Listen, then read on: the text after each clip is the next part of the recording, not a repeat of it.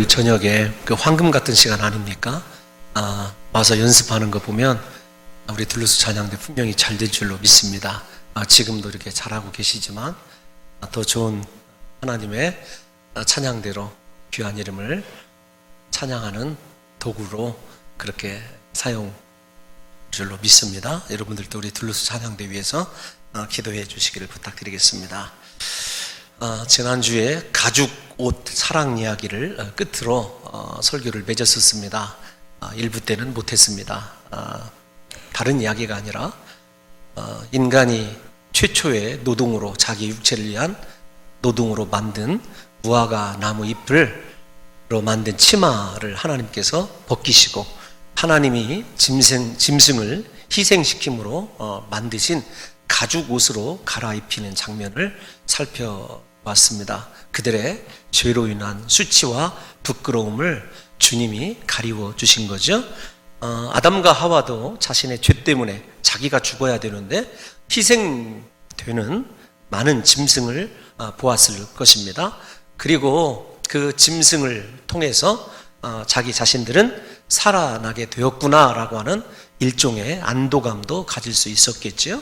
좌우지간 주님께서도 지금까지 말씀으로 천지를 창조해 오셨는데 마지막 최초의 하나님의 의인화된 표현이지만 손과 발을 놀리셔서 아담 대신에 짐승을 잡아 죽이는 장면을 생각해 보십시오. 그리고 그들의 그 수고를 통해서 하나님의 수고를 통해서 인간의 수치와 부끄러움이 가리움받게 됩니다. 근데 제가 왜 그 설교를 가죽옷 사랑 이야기다 이렇게 말씀을 드리냐면 예수 그리스도께서 십자가에 죽으시는 장면과 가죽옷 이야기는 굉장히 큰 연관성이 있습니다. 양을 우리가 그 짐승을 양이라고 생각하지 않습니까?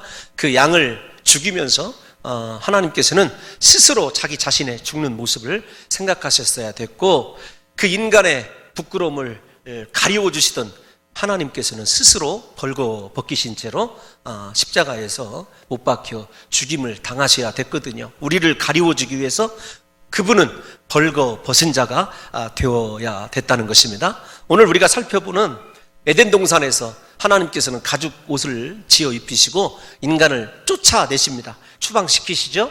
그런데 십자가에 달리신 예수 그리스도는 아무도 따르는 사람 없이 홀로 이제 십자가를 이 골고다를 향하여 에덴을 상징하는 예루살렘에서 추방되는 장면을 생각해 보시기 바랍니다.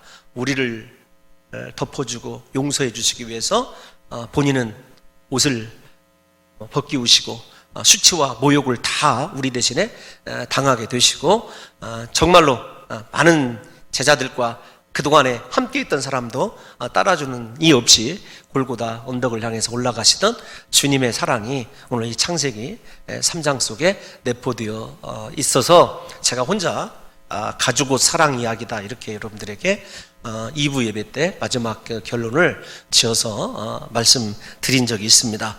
이 사랑을 생각하면서도 우리가 참 우리의 죄인됨을 깨닫지 못하고 나 같은 죄인을 위해서 벌거 벗겨진 채로 십자가에서 피 흘려 죽으신 예수 그리스도를 놓치고 신앙생활할 때가 너무도 많이 있어서 그것이 때로는 안타까울 때가 많이 있습니다. 좌우지간 이 사랑에 대한 확신, 조치가 있으신 후에 주님께서는 이제 에덴 동산의 문을 닫으십니다. 문을 닫으시고 인간을 에덴 동산 밖으로 쫓아내십니다. 인간을 에덴 동산 밖으로 쫓아내시는 그 하나님의 심정과 또 쫓기움 당하는 인간과 앞으로 에덴 동산이 어떻게 될 것이냐라고 하는 것을 살펴보게 될 터인데요.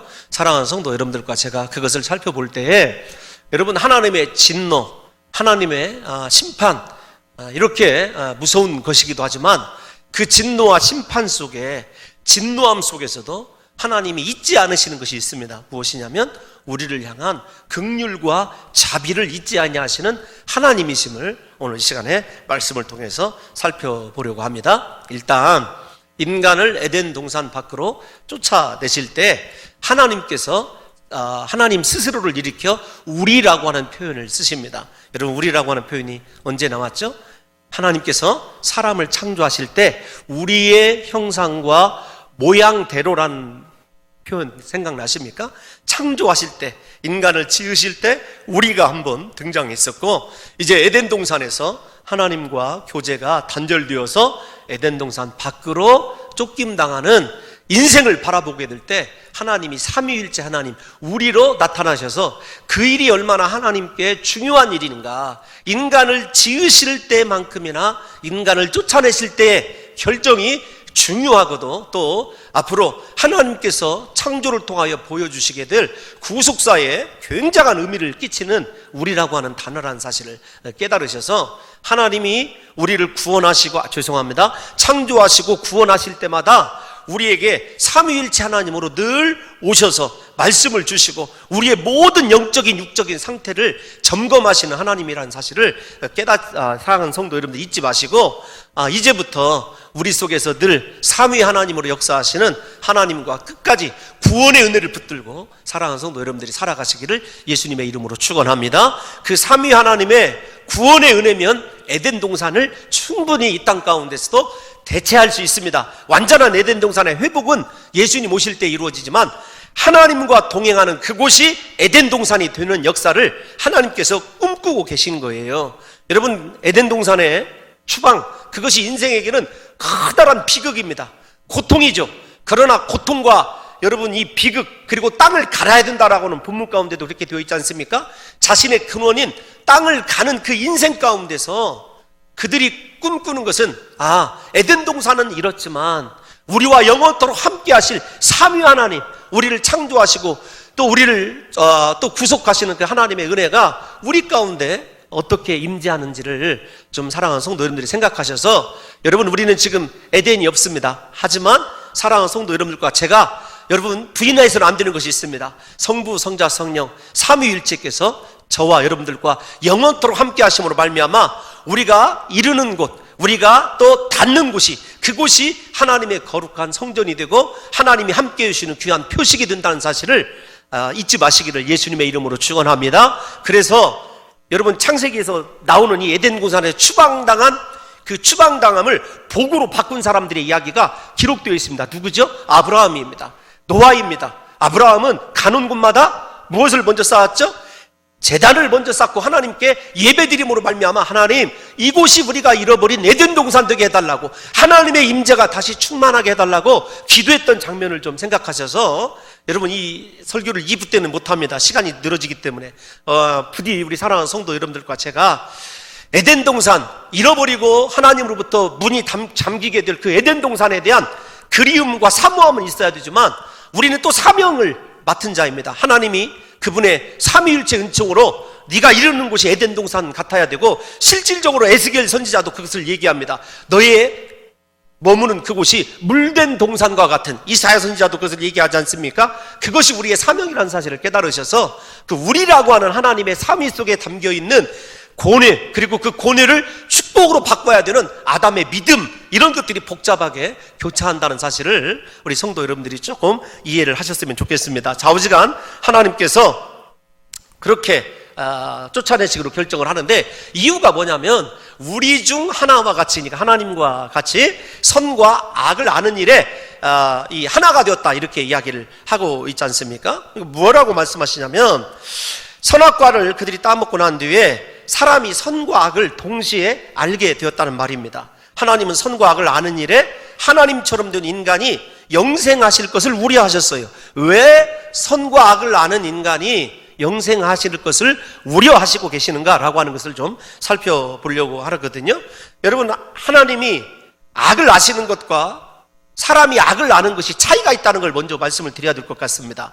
하나님이 악을 아시는 것은 사람이 지금 아담이 악을 알고 있는 것과는 천지 차이가 있습니다. 왜 그러냐면 하나님은 악과는 전혀 상관이 없으신 분이기 때문에 그렇습니다. 그러기에 하나님이 악을 아시는 것은 하나님 밖에 있는 악을 지각적으로 아시는 거예요. 그러나 사람이 악을 아는 것은 체험적으로, 경험적으로 아는 것입니다.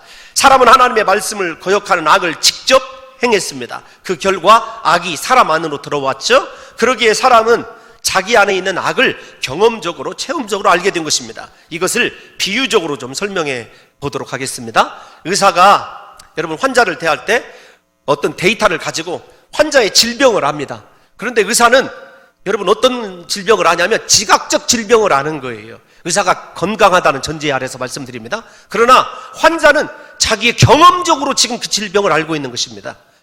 이렇게 말씀드려도 하나님이 악을 아는 것과 사람이 악을 아는 것의 차이가 느껴지지 못한다고 한다면 제가 더 이상 어떻게 여러분들을 설득할 수가 없죠. 특정한 질병이 있다고 합시다. 근데 의사가 선생님 당신은 이러이러한 병에 걸려 있습니다 이렇게 얘기할 때 의사는 그 병을 무엇으로 아느냐면 지각적으로 지식적으로 압니다. 그러나 그 병 때문에 여러분 병원을 찾은 환자는 체험적으로 자기가 앓고 있는 증상을 통해서 이 질병의 증상이 어떤 것이구나, 이 질병이 무엇이구나를 경험적으로 아는 거거든요. 그러니까 하나님이 악을 안다고 말했을 때, 사람이 악을 안다고 말했을 때 여러분 안다고 하는 것은 같지만 여러분 질적인 내용이 다른 거죠. 하나님은 악이 없으시고 전혀 악과 상관이 없으시지만 인간은 악을 행함으로 이미 경험적으로 그들 안에 악을 모셔드리는 여러분 죄를 범하였다는 사실을 여러분들이 이해하셔야 됩니다. 그런데 문제는 무엇이냐면 인간은 죄를 지을 수는 있지만 죄를 없앨 수는 없다는 것이 문제입니다. 죄를 없앨 수 있으신 분은 하나님 한 분밖에 없다는 사실도 우리가 이미 지난 시간에 배웠지 않습니까? 그 죄를 없이 할 수 있는 능력이 없음에도 불구하고 죄를 범한 인간이 얼마나 어리석습니까? 그러나 하나님은 죄를 심판하실 능력이 있으십니다. 왜냐하면 그분에게 악이 없기 때문에 그렇다는 것이죠. 그러면 좀 왜 하나님께서 그렇게 선악을 아는 나무를 따먹는 일을 우려하셨을까요? 이제 한 단계 더 진행을 해볼까요? 원래 하나님께서는 에덴 동산을 개방을 하실 때 사람들에게 동산 중앙에 있는 선과 악을 아는 나무 위에 모든 열매는 다 먹게 하셨습니다. 그러니까 생명나무 열매 아담과 하와가 먹을 수 있었을까요? 없었을까요? 있었죠. 아담과 하와가 생명나무 열매를 먹었느냐 안 먹었느냐는 성경이 여러분 암시해주고 있지 않기 때문에 잘 모릅니다. 그러나 아담과 하와가 범죄하기 이전에는 적어도 생명을 연장시키는 이 열매를 먹을 필요가 없었죠. 왜냐하면 영원한 생명이신 하나님과 그 형상, 그 모습 그대로 유지되어 있기 때문에 생명나무가 필요 없었던 것입니다. 그러나 범죄함으로 죽음이 무엇인지를 깨닫기 시작한 거죠. 특히 하나님이 그들을 위하여 가죽옷을 지어 입히실 때 처참하게 피 흘려 죽는 짐승을 보면서 죽음의 실상을 경험하기 시작했습니다. 죽음은 붉은 피를 흘려야 했습니다. 또 고통스럽게 마지막은 숨을 헐떡거리며 죽어야 했던 거죠. 죽음을 처음으로 목격한 아담과 하와에게는 그 광경이 참으로 끔찍하게 다가왔을 것입니다. 말로만 듣던 죽음을 두 눈으로 보는 것, 이거 참 두려운 것이거든요. 그러기에 아담과 하와는 무슨 수를 써서라도 죽음을 피하고 싶었을 것입니다. 하나님께서는 이러한 사람의 마음을 간파하신 것입니다. 그래서 하나님은 생명나무에 이르는 길을 막으시고 인간을 에덴 동산에서 추방하시기로 작정하신 것입니다. 죄가 이처럼 무서운 것입니다. 죄는 우리로 하여금 생명나무에 이르지 못하게 하는 것입니다. 그러면 생명나무가 무엇이었느냐? 원래 선과 악을 아는 나무 때 잠깐 언급을 해드렸습니다만은 우리가 잘 아시다시피 생명나무 또한 어떤 생명의 능력을 가진 신비한 효능이 있는 나무가 아닙니다. 하나님과의 관계를 위하여 하나님이 말씀으로 영생이 있도록 약속해 놓은 나무일 뿐입니다. 생명나무가 사람을 뜻하는 것도 아닙니다. 오직 그냥 약속이 있는 하나님의 언약이 있는 나무예요. 결국 생명나무가 누구인지는 훗날 우리가 조금 이따 살펴보게 되면 예수 그리스도라는 것을 알게 됩니다. 좌우지간 하나님이 말씀으로 약속하셨기 때문에 사람이 생명나무 열매를 먹으면 죽지 않고 영생하도록 되어 있는 것이지 나무 자체가 힘을 가지고 있는 것이 아닙니다. 그러므로 생명나무 언약을 통해서 아담과 하와에게 하나님이 요구하신 것은 순종의 언약입니다. 말씀에 순종하는 것이 먼저이고 그 다음에 말씀의 순종에 따라 그들에게 생명이 있고 에덴 동산에서 온갖 축복을 누릴 특권이 있는 거예요. 우리 사랑하는 성도 여러분들과 저의 인생의 회복이 어디에 있는 줄 아십니까? 먼저 말씀의 회복에 있습니다. 하나님의 말씀에 순종하는 인생에게 하나님께서 그 다음에 이 땅의 것도 에덴 동산도 누리게 해주시는 것이고 모든 에덴 동산에서 하나님께서 허락해 놓은 것들이 우리의 삶 속에 그대로 스며드는 것이지 말씀에 순종함 없이는요 아무것도 우리의 뜻대로 여러분 하나님이 아무리 좋은 것을 허락해 놓았다 할지라도 누릴 수 없다는 사실을 깨달으셔서 저와 여러분들이 주님 오시는 그날까지 나는 하나님 말씀의 순종이 제일이다, 이런 원칙을 가지고 살아간다고 한다면 앞에서 말씀드린 대로 삼위일체 하나님이 우리의 인생에 함께 하시면서 우리의 인생을 물랜 동산과 같은 낙원으로 만들어주시는 역사가 있게 될 줄로 믿습니다. 아담과 하와가 잃어버린 것은 에덴 동산이 아닙니다. 하나님 말씀에 순종하는 자들에게 하나님이 주시는 영생의 능력이죠. 그것을 먼저 잃어버렸다는 사실을 잊지 마시기를 바랍니다. 그래서 정말로 신앙생활을 제대로 영적으로 하는 사람은 여러분, 내 기도하는 것, 내가 소원하는 것, 그것 이전에 내가 오늘 말씀대로 살고 있는가 아닌가, 나는 하나님의 말씀에 사로잡힌 자인가 아닌가를 점검하게 되죠. 하나님 말씀에 순종하고 말씀에 사로잡혀 있으면 우리에게 영생의 능력이 하나님을 통해서 날마다 공급되게 될 줄로 믿습니다. 여러분, 그러면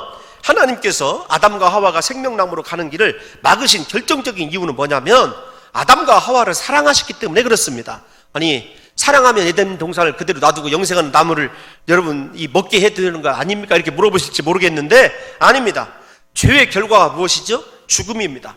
만약 아담과 하와가 이 죄 문제를 해결하지 않고 생명나무를 먹음으로 영생한다고 하는 것은 저주 중에 저주이죠. 왜냐하면 죄와 함께 영원히 살아야 되기 때문에 그렇습니다. 수치와 부끄러움을 안고 영원히 산다는 것을 생각해 보시기를 바랍니다. 요즘에 이게 설교가 이렇게 또 애드립이 나오면 안 되는데 이 말씀을 좀 설명해 드리면 이런 거예요.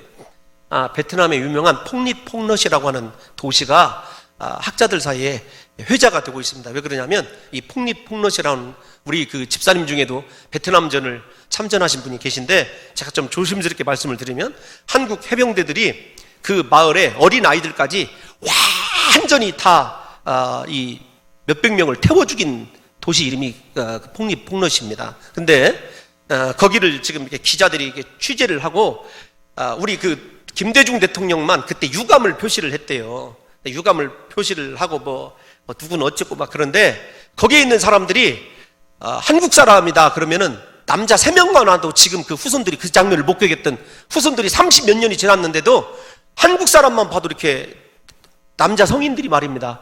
여러분 죄송하지만 뭐라고 할까요? 좀 기절을 하는 사람도 있고 소변을 그 자리에서 싸는 사람이 있을 정도로 그렇게 그 도시에 대한 정부적인 대책이 있어야 되는 것 아니냐라고 하는 것을 이렇게 얘기를 하면서 중요한 것은 무엇이냐면 그때 당시에 가해자인 해병대원들 중에 정신질환을 앓고 있는 사람들이 여러분 대다수라는 이 보고가 여러분 어제 이렇게 떠 있어요. 무슨 말이냐면 제가 말씀드리는 게 그겁니다. 차라리 그분들이 얘기하는 사람들 중에 가해자, 해병대 출신인 그 가해자가 차라리 나도 그때 총에 맞아 죽었으면 이런 이야기를 하는 사람이 있어요. 왜냐하면 그 당시에 자신들이 행한 여러분 피해자도 엄청난 정신적인 고통에 시달리고 있지만 여러분 가해자도 너무도 고통스러운 이 삶을 지금 살아가고 있는 거예요. 막 이 생명은 연장되죠. 그 사실은 잊어버리지를 않는 거죠. 여러분 인생이 그런 거예요. 그 사람들이 빨리 죽었으면 좋겠다 이 말이 제가 이렇게 허튼 소리로 들려지지 않거든요. 오늘 이 본문을 보면 똑같습니다. 우리 인생 가운데 우리가 행한 하나님과 그 아름다운 그 사랑의 교제 관계를 깨뜨렸던 범죄하는 그 죄의식 속에서 벌거벗었음을 알고 수치와 부끄러움을 아는데 이제는 하나님의 사랑이 주가 된 것이 아니라 그 속에는요 단순히 트라우마 이렇게 표현할 수 없는 하나님에 대한 정말 이 뭐라고 할까요? 죄스러운 마음밖에 남아있지 않은 이 인생이 생명의 기름만 늘어서 영생하는 것이 무슨 복이겠습니까? 우리 사랑하는 성도 여러분들이요, 죄인은요 죽어야 됩니다. 저와 여러분들 옛사람이 죽어서 예수 그리스도로 말미암아 지금 새 사람으로 살아났기 때문에 죄를 돌아보지 아니하고 십자가 은혜를 바라보면서 살아나는 인생이 된 것 아니겠습니까?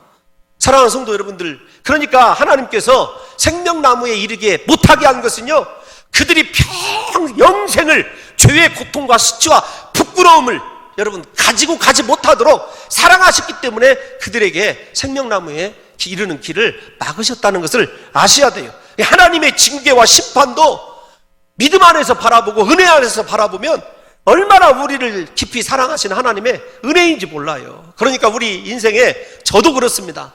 우리가 당한 어려운 일 때문에 고난 때문에 하나님의 뜻이 무엇이냐 원망하지 마십시오. 그분이 우리에게 베푸신 것은요 한 가지도 실수가 없습니다. 그분이 우리에게 행하신 것은요, 끝까지 사랑임을 잊지 마시기를 예수님의 이름으로 축원합니다. 저도 때로는 그래요. 참 육신이 빨리 회복이 되고, 때로는 여러분들이 아시지 않습니까? 이렇게 환난을 당하면서 하나님이 사명을 감당하는 것이 무슨 유익이 있습니까? 때로는 이런 생각이 들 때도 있습니다. 그런데 창세기를 읽어보면서 그것마저도 하나님의 사랑이라는 것을 변화시키고, 야, 네가 죽어야 됐었는데, 네가 죽어야 되는데, 여러분 그것만 생각하더라도 하나님의 은혜가 저한테는 오거든요. 제가 지난주에 우리 교역자들하고 식사를 하면서, 우리 성도들에게는 참 어려운 설교인데 저 자신은 설교를 준비하면서 참 많은 은혜를 받아요. 제가 그랬구나. 여러분, 우리에게 하나님의 자녀로서 우리가 당하는 일들 가운데 하나님 은혜 아닌 것은 없습니다. 지금 고통스럽고 힘이 드시더라도 그 고통의 끝이 하나님의 은혜이고 사랑이라는 사실을 잊지 마시고 여러분 힘을 내시기를 예수님의 이름으로 축원합니다. 여러분, 이 생명나무, 우리가 예수 그리스도라고 말씀을 드렸는데 예수님을 자기 자신을 생명의 떡이라고 말씀을 드렸습니다. 요한복음 6장 51절에서 이렇게 이야기하고 있죠. 우리는 생명의 떡이신 예수님을 먹어야 살게 되는데, 한번 다 같이 읽어보겠습니다. 시작.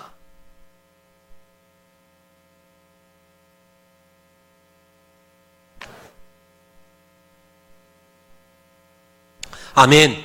여러분, 생명나무를 먹으면 영생을 하는 것이 아니라 하늘로서 내려온 떡이신 예수 그리스도를 먹는다. 그 말은 십자가에서 흘리신 보혈과 십자가에서 찢기신 그분의 몸을 믿음으로 대하는 우리에게 영생이 허락되었다는 것을 여러분 잊지 마시고, 생명나무 예수 그리스도, 그 예수 그리스도와 영원토록 동행하심으로 말미암아 우리 안에 주어진 영생 때문에 이 세상을 이길 수 있는 귀한 믿음의 능력이 우리 사랑하는 성도들에게 공급되시기를 예수님의 이름으로 축원합니다. 여러분, 에덴에서 쫓겨난 인생은 이제 더 이상 하나님의 은혜와 능력으로 살아갈 수 없게 되었습니다. 자연적인 힘, 이렇게 이야기할 수 있는데요, 자연적인 힘으로만 그들이 살아갈 수 있게 되었습니다. 그리고 자연적인 힘으로 살다가 흙으로 돌아가는 것이 인생의 끝이 되었습니다. 아담의 근본이 있는 흙을 수고하고 땀 흘리며 갈아서 먹을 것을 넣다가 흙으로 돌아가는 게 되는 거죠.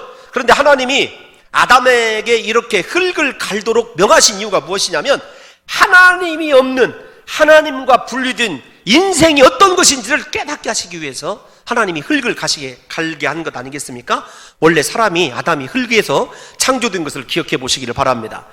여러분, 하나님은 아담에게 하나님 없는 인생의 결국을 깨닫게 하시기를 원하신 거죠. 그럼에도 불구하고 오늘 본문은 여러분 하나님의 은혜로 시작된다는 것을 잊지 마셔야 됩니다. 놓치지 마셔야 돼요. 왜 그러냐면 지금까지 엘로힘 하나님과 여호와 하나님이 교체적으로 쓰여져 왔습니다. 창세기 1장에서는 엘로힘 하나님이었어요. 여러분 배웠지 않습니까? 2장에서는 사람의 관점에서 하나님이 은혜를 베푸시는 언약의 하나님을 나타낼 때 여호와 하나님이에요. 근데 우리가 오늘 읽은 본문을 보게 되면 여러분 22절도 여호와 하나님, 23절도 여호와 하나님이 주예요. 그러니까 이 말씀은 심판이 아닙니다. 만약에 심판이 규정된 본문이라고 한다면 틀림없이 원문 성경에 여호와가 나와서는 안 되고 엘로힘이 나왔어야 되거든요. 우리 사랑하는 성도 여러분들이 여호와 하나님으로 이렇게 시작하는 것이 하나님의 은혜다, 이렇게 두 번째 신학적으로 제가 말씀을 그냥 덧붙이는 이유는 무엇 때문에 그러냐면, 여러분 여호와 하나님이 말씀으로 흙을 갈아라 이렇게 하는 것이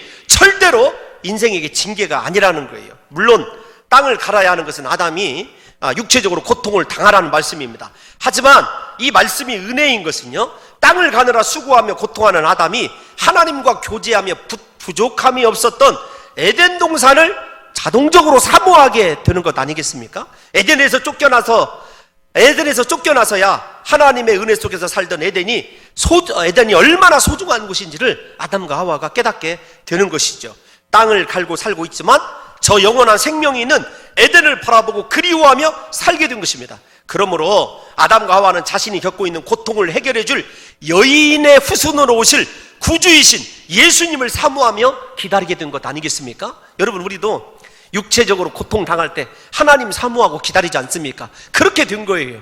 그러니까 하나님이 여러분 비록 땅을 간게 만드는 건 하나님이 없는 인생의 비참함, 이것들을 깨달아 알게 되면 누구만 사모하겠습니까? 하나님을 사모하는 인생 되는 것 아니겠습니까? 또 하나는 에덴 동산, 영원한 고통이 없었던 생명만 있는 그곳을 그리워하게 되어 있는 것 아니겠습니까? 이 땅을 살아가는 우리도 마찬가지입니다. 우리의 삶이, 육체의 고난이 때로는 여러분, 우리가 정말로 하나님을 가장 진실하게 사모할 수 있는 순간이기도 하고, 이 땅의 삶이 아니야, 이 땅이 부질없는 것이다, 저 천국을 바라보게 하는 결정적 요인이 그것 아니겠습니까? 이 땅에서 만약에 죄의식도 없고 고통도 없고 평안히 산다고 해보십시오. 누가 천국을 사모하며 살아가겠습니까?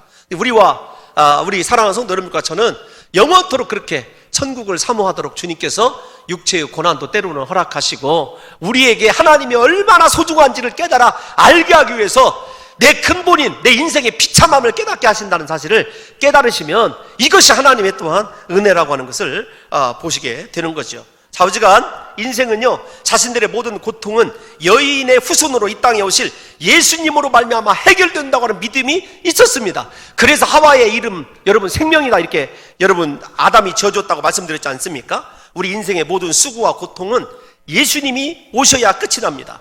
예수님이 우리 심령 가운데 찾아오시면 수고와 고통 대신에 안식과 평안이 찾아오는 것 아니겠습니까? 성경을 보면 예수님을 만난 사람들은 하나같이 삶이 치유가 되고 회복이 되고 인생의 목적이 바뀌고 삶의 질이 달라진 것을 생각해 보십시오. 아담과 하와가 고통 가운데서 하나님을 사모했듯이 우리가 하나님을 사모하고 그리스도를 사모하고 예수님을 만나게 되면 드디어 그 약속대로 이 땅에 예수님이 오셨지 않습니까? 아담과 하와는 정말로 오실 예수님을 사모하며 살았지만, 우리는 오신 예수님, 이미 내 삶 가운데 찾아오신 예수님과 교제하며 살고 있지 않습니까? 그 예수님을 만나시기를 바랍니다. 그러면 삶의 모든 문제와 고통이 해결되는 역사가 일어나게 될 줄로 믿습니다. 여러분, 제가 이 말씀을 생각하면서 떠올린 인물이 누구냐면 정신적인 고통에서 삭개오를 좀 생각해 보았습니다. 여러분, 세리장으로서 모든 사람에게 지탄의 대상 아닙니까? 정신적으로 돈은 많이 가지고 있고, 여러분 또 권세도 있었습니다. 그런데 키가 작은 콤플렉스와 모든 유대인들에게 여러분 정말로 말할 수 없는 수모와 이 욕을 듣고 사는 사람 아닙니까? 그런데 예수님께서 그를 만나주시고 그를 회복시켜주시고 그에게 뭐라고 한마디 들려주시냐면, 이 사람도 아브라함의 자손이다. 얼마나 평생 듣고 싶었던 말씀이 그 말 아닙니까? 아브라함의 자손이란 말은 무슨 말이죠? 하나님의 아들이란 말이에요.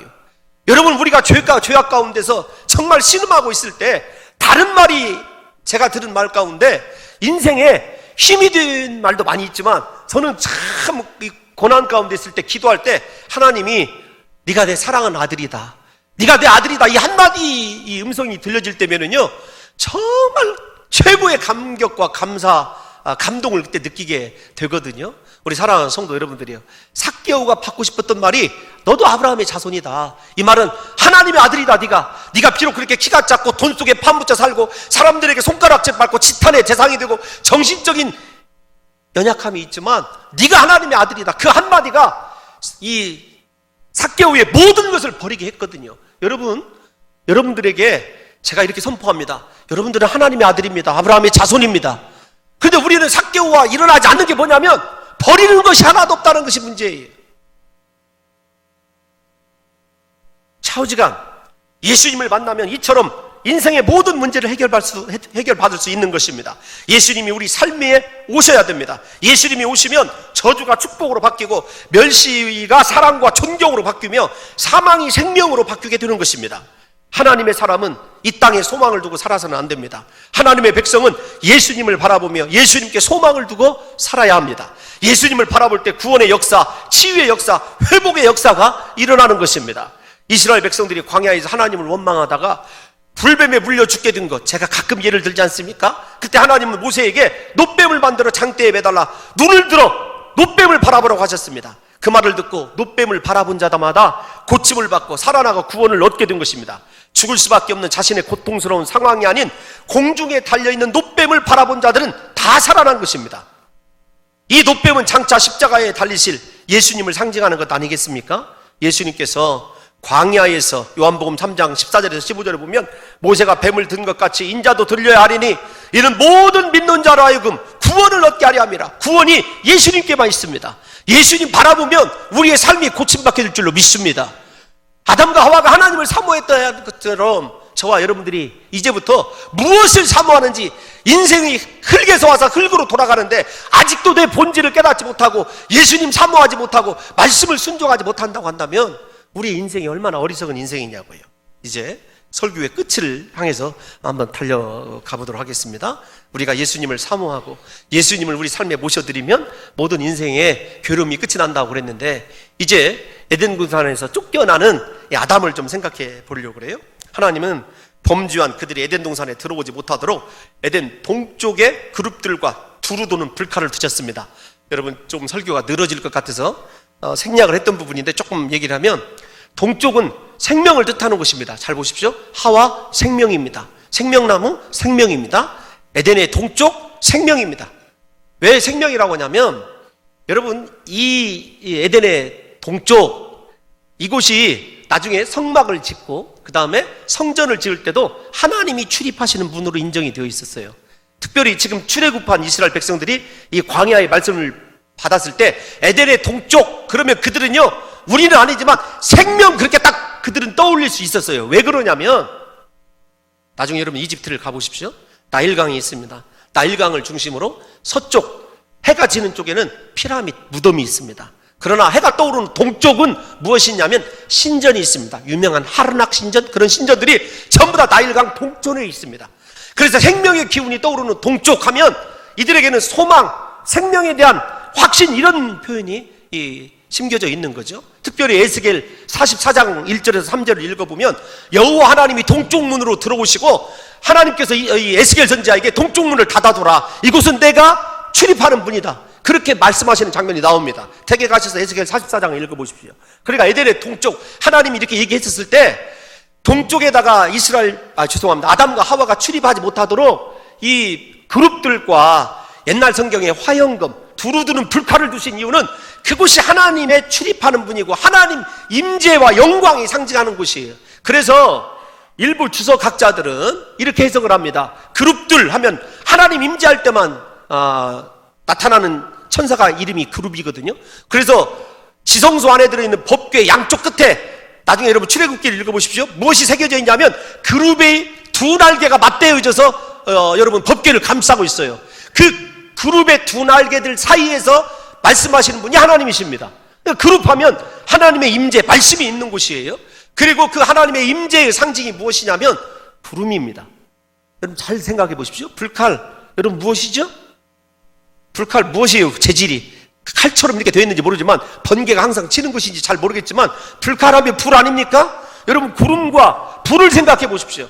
나중에 그 구름과 불이 이스라엘 백성들을요, 저 가나안 땅, 하나님의 에덴을 상징하는 가나안 땅으로 인도하는 하나님의 은혜의 상징이 되고 말아요. 그러니까 이 말이 제가 설교를 할 때, 시작할 때 여러분 이 말씀을 절대 하나님의 심판 중에서도 진노 중에서도 긍휼을 여러분 찾아내야 된다고 하는 말씀이 그 말씀이거든요. 차비한 그 말이 많은 지지를 얻고 있지는 못하기 때문에 우리 사랑하는 성도 여러분에게 그 말씀이다 딱히 말씀을 드릴 수 없지만, 그룹은 차비한 하나님의 임재의 상징이에요. 그래서 에덴의 동쪽은 하나님이 여러분 임재에 계신 곳, 말씀이 있는 곳, 생명이 있는 곳이었어요. 아담과 하와가 에덴에서 쫓겨났습니다. 에덴 동산이 어디가 있는지 어떻게 알아요? 그런데 눈만 들어보면 확인할 수 있어요. 왜요? 항상 그룹들이 있어서 하나님의 임재의 상징인 구름이 있고 불칼이 서 있습니다. 무엇일까요? 하나님이 아담과 하와를 내보내 놓으셨고 내가 여기 있다, 내가 여기 있다, 사랑하는 아들 딸들아 내가 여기 있다, 자신을 나타내주는 여러분들 은혜의 표시라니까요. 만약에 하나님이 이렇게 할 수도 있었습니다. 어떻게 할 수 있냐면, 이것들 에덴 동산 없애버려야 되지, 이거 안 되겠다 생각하면 어떻게 했겠어요? 하나님 말씀 한마디로 에덴 동산 덮었을 것 아니겠습니까? 물론 학자들이 에덴 동산이 언제 없어졌느냐, 여러분 정답은 노아의 홍수 때입니다. 대부분 그렇게 생각을 하죠. 그러나 저는 노아의 홍수 이전뿐만 아니라 하나님이 우리의 마음속에 언제나 에덴 동산을 알 수 있는 하나님의 은혜의 구름기둥과 불기둥을 내려 주셨다니까요. 여러분 우리의 삶 속에 무엇이 문제입니까? 눈을 들어서 우리를 이끌고 인도하고 계시는 하나님의 은혜의 구름기둥과 불기둥을 바라보는 사람은요, 이 땅의 것에 연연하지 않습니다. 나와 함께 하시며 사랑하는 아들아 내가 여기 있다, 여러분 그 존재감을 느껴주는 것 아니에요? 제가 옛날에 봤던 영화 중에 하나, 이 아이 몸이 불편한데 아예 몸이 불편한 아이가 그 운동회 때 달리기 주자로 나서는 그 영화가 하나 있었거든요. 잃어버렸어요. 근데 엄마가 함께 달려줍니다. 박수 치면서 아들아 내가 여기 있다. 힘을 내라. 아들보다 먼저 달리면서. 여러분 이런 거예요. 하나님이 옷을 지어 입혀서 쫓아내셨지만 죄 때문에 하나님과 함께 가할 수 없지만 그들의 죄가 사해지는 그날 그들을 두 팔 벌여 안아주실 하나님의 표식이 그곳에 있게 된 거죠.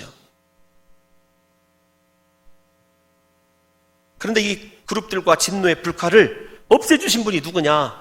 여러분 이제 예수님이라는 걸 다 잘 알고 있을 것입니다. 예수님이 십자가에 우리를 대신하여 죽으실 때 이 불칼과 그룹들이 제거되었습니다. 왜 어떻게 제거되었냐면 예수님이 십자가에 달리실 때 그룹들이 수놓여 있는 성전 휘장이 위에서부터 아래로 찢어졌어요. 그룹들이 새겨져 있는 성전 휘장이 찢어졌습니다. 주경학자들이 어떻게 해석하냐면 그 성전 휘장을 찢은 것이 그룹들이 새겨져 있는 성전 휘장을 찢은 것이 하나님의 불칼이었다. 이렇게 이야기합니다. 여러분들에게는 아무런 은혜가 되지 않지만 저에게는 하나님 스스로 하나님께서 에덴 동산을 지키게끔 해놓은 그것들을 철폐하시는 그 장면을 바라보고 에덴 동산을 드디어 예수님의 십자가 보혈 때문에 개방해 주고 죄 씻음을 선언하시는 그 장면이 가장 저에게는 은혜스러운 장면이에요. 우리가 하나님 앞에 이렇게 담대히 나올 수 있었던 것, 우리가 사모하던 에덴 동산에 나올 수 있게 되었던 것, 하나님의 은혜 아닙니까? 사랑하는 성도 여러분들이요.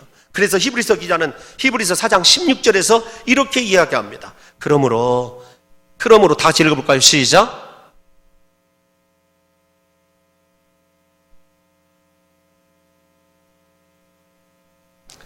아멘. 여러분 긍휼하심이 필요하십니까? 때를 따라 돕는 은혜가 필요하십니까?